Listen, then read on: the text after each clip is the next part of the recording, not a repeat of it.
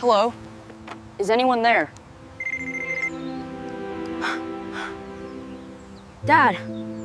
I found the phone by accident, which somehow made everything worse. If I had gone looking for proof, I might have been prepared for what it meant. But accidents don't give warnings. They just change your life without permission. It was a quiet, ordinary Sunday afternoon. I was cleaning out the garage, trying to make space, when I noticed a small, black pouch tucked behind a box of old cables. It wasn't mine. I almost ignored it, figuring it was one of my wife Maya's forgotten gym accessories. But when I opened it, a strange, sinking calm came over me.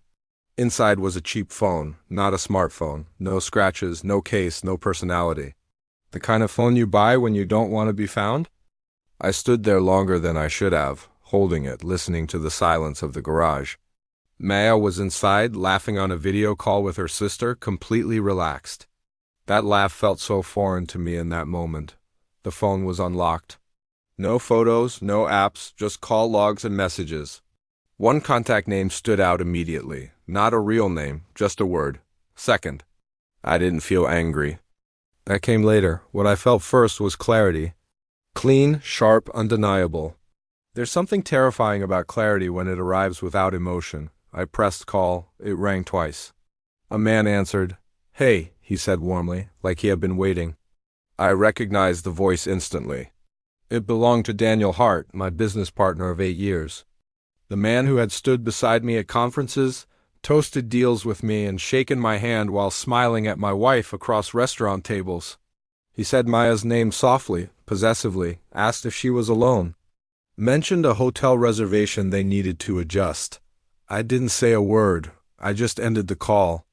I put the phone back exactly where I found it, zipped the pouch, closed the box, and walked inside. Maya smiled at me and asked if I wanted coffee.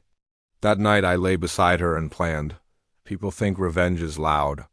It isn't. The most effective kind happens quietly, while everyone else believes their story is still unfolding as planned. Over the next few weeks I became invisible. I noticed everything. Maya's sudden need for privacy. Daniel's subtle distance at work. Calendar changes. Financial movements that didn't align. Lies layered so casually they almost impressed me. They thought I was busy, distracted, predictable. They underestimated silence. Daniel and I ran a consulting firm together. On paper, we were equal partners. In reality, the company existed because of my networks, my clients, my credibility. Daniel was the face, I was the spine. I started documenting, not emotions. Evidence, emails, contract irregularities, side deals he had authorized without disclosure. Money rerouted in ways that could not be justified. I didn't expose him. I waited. Meanwhile, Maya grew impatient. Her affection became forced. Arguments appeared out of nowhere. She was preparing an exit. I let her. The moment arrived on a Thursday morning. An external audit request landed in Daniel's inbox, triggered anonymously but backed by airtight documentation. The board panicked. Lawyers got involved. Accounts were frozen. Daniel called me in a frenzy, I answered calmly. By the end of the week, he was removed from his position. By the end of the month, he was gone completely, his reputation reduced to footnotes and whispered cautionary tailies. Mayao didn't know yet. She still thought she was winning.